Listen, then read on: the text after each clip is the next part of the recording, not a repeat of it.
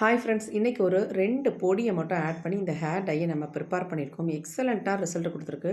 மற்ற hair dye மாதிரி இது வந்து திக்கான கன்சிஸ்டன்சிலலாம் இருக்காதுங்க. கொஞ்சம் லிக்விட் கன்சிஸ்டன்சியில் தான் இருக்கும்.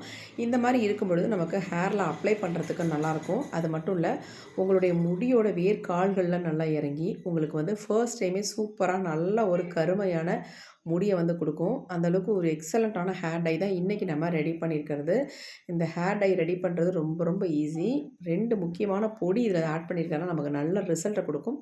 வாங்க இதை எப்படி நம்ம ப்ரிப்பேர் பண்ணுறது அப்படின்றத வீடியோக்குள்ள போய் டீட்டெயிலாக பார்த்து வந்துடலாம். இப்போ நம்ம ஹேர் டை தான் ரெடி பண்ண போகிறோம். இப்போ ஃபஸ்ட் நம்ம ஸ்டவ் ஆன் பண்ணிக்கலாம்.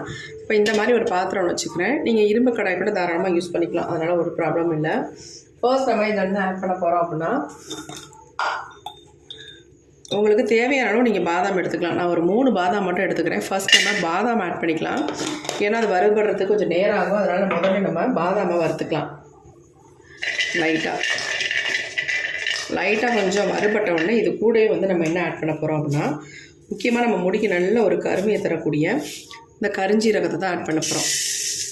ஒரு 2 ஸ்பூன் அளவுக்கு நான் கருஞ்சீரகத்தை ஆட் பண்ணிக்கிறேன். இது ரெண்டையும் நல்லா வந்து ஃப்ரை பண்ணிக்கலாம்.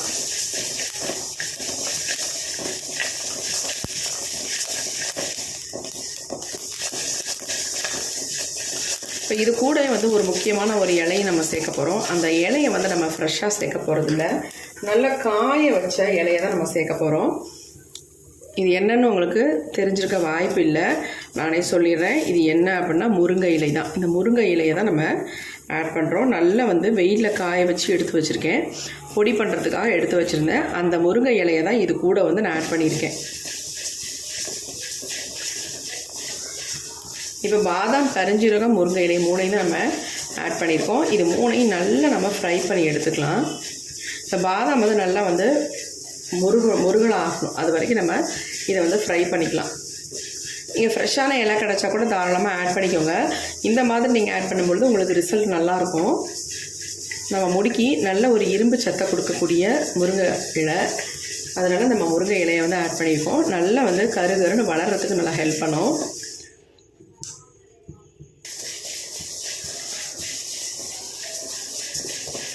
எல்லாம் சேர்ந்து நல்லா வந்து ஃப்ரை ஆகட்டும். கொஞ்சம் கூட உங்களுக்கு முருங்கை இலை வந்து க்ரீனாகவே தெரியக்கூடாது. நல்லா ஒரு பிளாக்காக மாறுற வரைக்கும் நம்ம 3 பொருளையும் நல்லா வந்து ஃப்ரை பண்ணி எடுத்துக்கலாம்.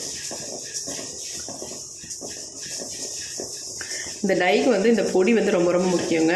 இதை நம்ம எப்படி ப்ரிப்பேர் பண்ண போகிறோன்றது அதை விட முக்கியம். இந்த மாதிரி நீங்கள் ப்ரிப்பேர் பண்ணி பாருங்கள், உங்களுக்கு சூப்பரான ரிசல்ட்டு கிடைக்கும். பாதாம் வந்து டப்பு வெடிக்கும், கொஞ்சம் பார்த்துக்கோங்க. இந்த பாருங்கள், 2ஆக அப்படியே கீரல் மாதிரி விழுந்துருச்சு பாருங்கள். இப்போயே பாதாமில் இந்த மாதிரி வெடிச்சிதுன்னா உங்களுக்கு சீக்கிரம் வறுபட்டுருச்சு அப்படின்னு அர்த்தம்.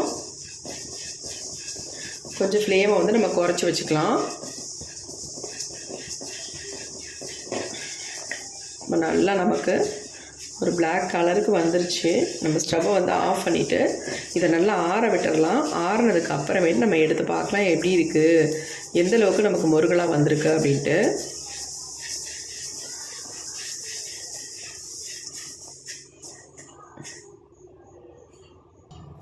நல்லா ஆற வச்சிடலாம். இதை மறு சின்ன பாத்திரத்தில் போட்டு நம்ம வச்சிட்டோம்னா நல்லா ஆறிடும்.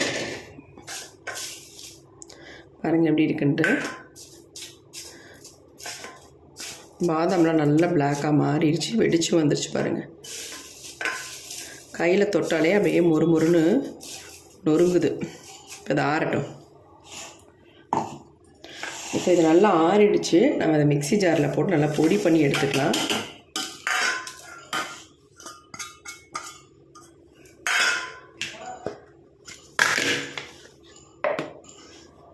இப்போ இதை பொடி பண்ணிட்டு வந்துடுறேன். இப்போ நம்ம அரைச்சி எடுத்தாச்சு. பாருங்கள் எந்த அளவுக்கு நல்லா ஃபைன் பவுடராக வந்திருக்கு அப்படின்ட்டு. அரைச்ச பொடியை வந்து நம்ம நல்லா ஒரு ஏர்டைட் டப்பியில் போட்டு ஸ்டோர் பண்ணி வச்சுட்டோம்னா எப்போல்லாம் தேவையோ அப்போ எடுத்து நம்ம வந்து பயன்படுத்திக்கலாம்.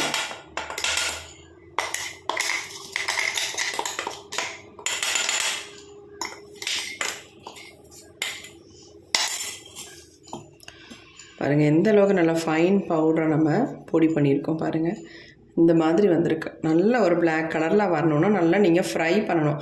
அப்போ தான் நமக்கு இந்த மாதிரி வரும். இப்போ இது அப்படியே இருக்கட்டும். நம்ம அடுத்து என்ன பண்ணுறதுன்னு பார்க்கலாம். அடுத்து நம்ம இந்த மாதிரி நல்லா க்ளீன் பண்ண இரும்பு கடாயாக எடுத்துக்கோங்க. கண்டிப்பாக டை ப்ரிப்பேர் பண்ணும்போது நமக்கு இரும்பு கடாய் தான் ரொம்ப ரொம்ப பெஸ்ட்டுங்க. அதனால் நம்ம இரும்பு கடாய் எடுத்துருக்கோம். இரும்பு கடாய் இல்லாதவங்க தாராளமாக ஒரு தோசை கல் ஏதாவது நம்ம வீட்டில் கண்டிப்பாக இரும்பில் இருக்கும். அந்த மாதிரி பாத்திரங்களை நீங்கள் யூஸ் பண்ணிக்கலாம். இப்போ நம்ம இரும்பு கடாயை வச்சாச்சு. கொஞ்சம் நல்லா சூடாகட்டும். இதில் வந்து 2 பொருள் நம்ம ஆட் பண்ண போகிறோம். அது என்னன்றதை பார்க்கலாம். ஃபர்ஸ்ட் நம்ம ஆட் பண்ண போகிறது கரிசலாங்கண்ணி பொடி ஆட் பண்ணிக்கலாம். அது கூடவே வந்து நம்ம முக்கியமாக நம்ம முடிக்கு நல்ல ஒரு கருமையை தரக்கூடிய நெல்லிக்காய் பொடி, இது 2ஐயும் தான் ஆட் பண்ணியிருக்கோம். இது 2மே முக்கியம் இந்த ஹேர் டைக்கு. இப்போ இது 2ஐயுமே நல்லா நம்ம ஃப்ரை பண்ணி ஒரு கருப்பு கலர் வர மாதிரி இதை ஃப்ரை பண்ணி எடுத்துக்கலாம். கண்டிப்பாக பிளாக்காக மாறணும். அது வரைக்கும் நீங்கள் இதை வந்து ஃப்ரை பண்ணியே ஆகணுங்க.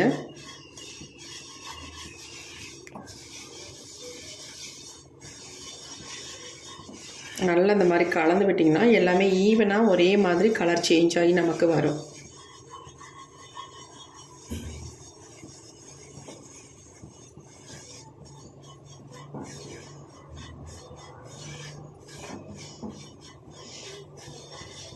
இந்த 2 பொடியும் நம்ம வந்து ரொம்ப ரொம்ப முக்கியம். நம்ம முடிக்கு நல்ல ஒரு கருமையை தரக்கூடியது.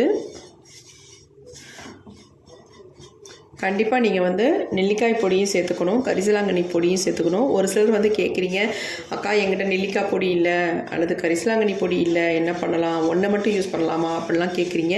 கண்டிப்பாக கூடாதுங்க. நாட்டு மருந்து கடையில் நமக்கு கிடைக்கிது, தாராளமாக வாங்கிக்கலாம். அப்படி இல்லாதவங்க ஆன்லைனில் கூட நீங்கள் வாங்கிக்கலாம். இப்போ பாருங்கள் நல்லா பிளாக்காக மாறிடுச்சு. இப்போ இதில் வந்து நம்ம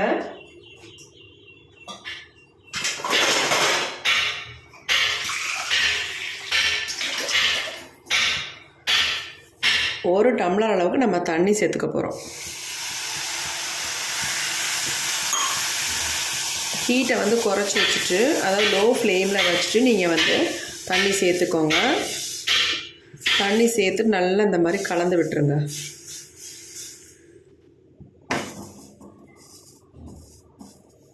இது கொஞ்சம் கொதி வரட்டும்.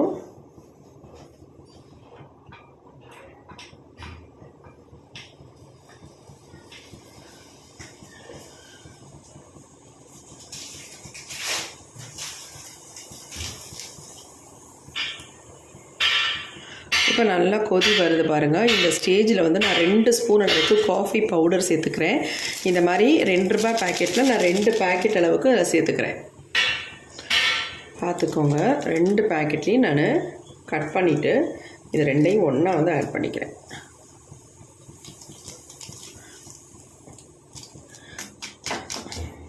நல்லா 2 ஸ்பூன் அளவுக்கு வந்து ஆட் பண்ணிக்கோங்க. ஆட் பண்ணிட்டு நல்லா இதை மிக்ஸ் பண்ணி விட்டுடலாம்.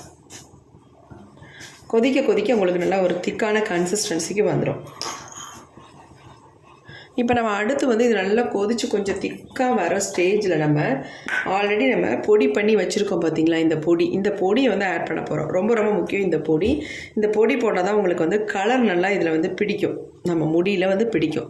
அது வந்து ஒரு 2 ஸ்பூன் அளவுக்கு இந்த பொடியை நான் ஆட் பண்ணிக்கிறேன்.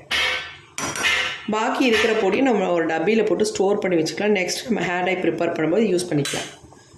இப்போ நல்லா நம்ம கலந்து விட்டுடலாம். நமக்கு இந்த மாதிரி ரெடி பண்ணி கொண்டு வரும்பொழுது நல்லா ஒரு கருமை நிறத்தில் இருக்கணும். கருன்னு இருந்தால் தான் நம்ம முடியில் வந்து அந்த கலர் வந்து கொஞ்சமாவது பிடிக்கும்.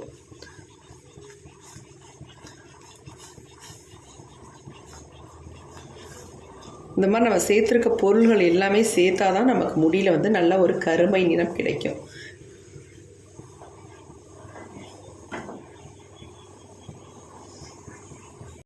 இப்போ பாருங்கள், கொஞ்சம் கொஞ்சமாக நல்லா திக்காக மாறி வருது. நம்ம பொடியெல்லாம் சேர்த்துட்டோம் இல்லையா, அதனால் நல்ல ஒரு திக்கான கன்சிஸ்டன்சிக்கு வந்துக்கிட்டு இருக்கு. நம்ம ஹேரில் அப்ளை பண்ணுற அளவுக்கு நமக்கு வந்ததுக்கு அப்புறமேட்டு நம்ம ஸ்டவ் ஆஃப் பண்ணிக்கலாம்.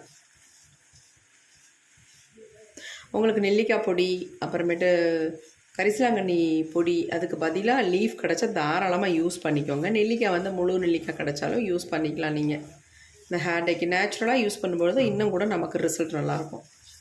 இப்போ நல்லா ஒரு திக்கான கன்சிஸ்டன்சிக்கு வந்துச்சு. நம்ம ஸ்டவ்வை வந்து ஆஃப் பண்ணிடலாம். இது ஆறுனதுக்கு அப்புறமேட்டு நம்ம எடுத்து உடனே ஹேரில் தாராளமாக அப்ளை பண்ணிக்கலாம்.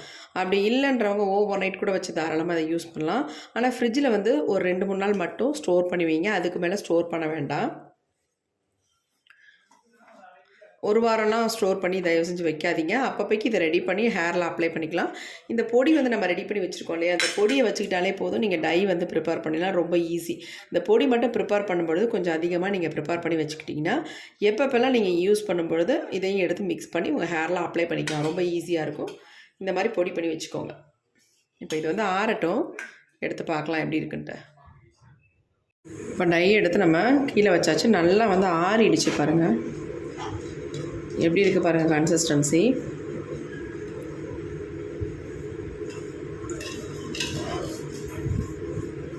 இந்த மாதிரி இருந்தால் தான் உங்களுக்கு ஹேரில் அப்ளை பண்ணுறதுக்கு நல்லாயிருக்கும்.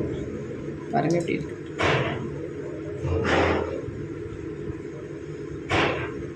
என்ன மாதிரி பிளாக் கலரில் இருக்குது பாருங்கள். இப்போ இதை எல்லாத்தையுமே நம்ம பவுலுக்கு சேஞ்ச் பண்ணிக்கலாம்.